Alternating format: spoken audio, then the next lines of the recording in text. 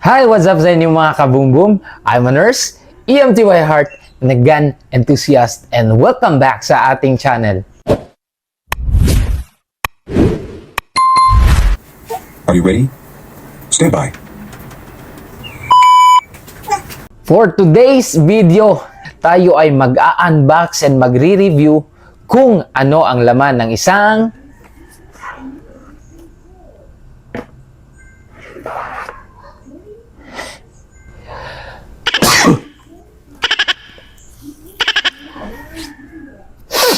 Excuse me! magre-review and mag-unbox tayo ng FA. So, ayun. Meron tayong FA. Ito ay purchased sa Lynx FA. Titignan natin kung ano ba ang laman ng isang box na ito.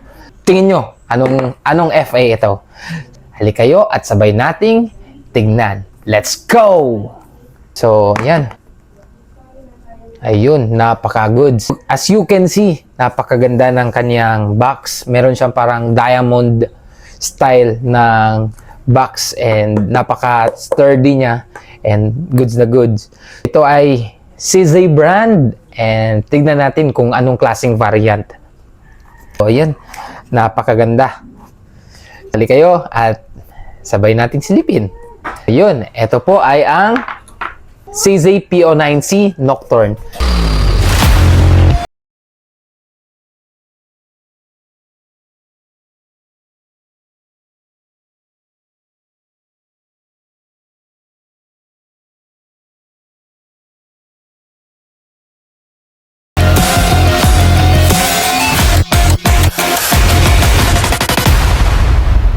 Yan. So before anything else, before tayo mag-start, safety muna tayo. Magazine out, rack the slide, and silipin ang chamber kung walang bala. Yun. We are safe. Wala tayong bala and safe tayo. So yan. Then, hammer down. Yan. Safe tayo. What's inside the box? Inside the box ay meron tayong syempre itong unit and it comes with a 15 rounder na magazine. Ayan. Hello guys. Say hi to everyone. Hi guys. Hello guys. Hello guys. Ayan, nandito si Moonclay. Ayan. Meron tayong back straps na kasama. So, sa ibang units, meron din kasamang mga back straps na pwede i-modify sa size ng kamay nyo. So, meron tayong medium, small, and large. So, ayan. Ano pa ba meron sa box? Meron tayong ito. Cleaning rod. Meron din cleaning brush. And ito. Meron siyang dummy rounds and allen. Tapos, meron ding ito. Syempre, yung papers. And lastly, yung kanyang manual. Yan. Ito yung manual. Before anything else, syempre, dapat before kayo mag-manage ng FA, dapat basahin talagang manuals. Pag-research na rin tayo ng konti bago dumating si FA, syempre. Kaya medyo alam na natin. So, ayan, itabi muna natin.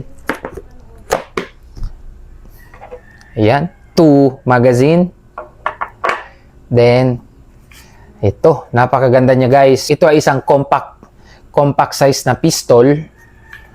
And napakaganda ng serrations niya. Meron siyang serrations dito sa side and serrations din dito sa top. This one is CZPO9C Nocturne na optic ready. Ayan. Di kayo guys at sabay nating i-testing sa firing range in 5, 4, 3, 2, 1, let's go!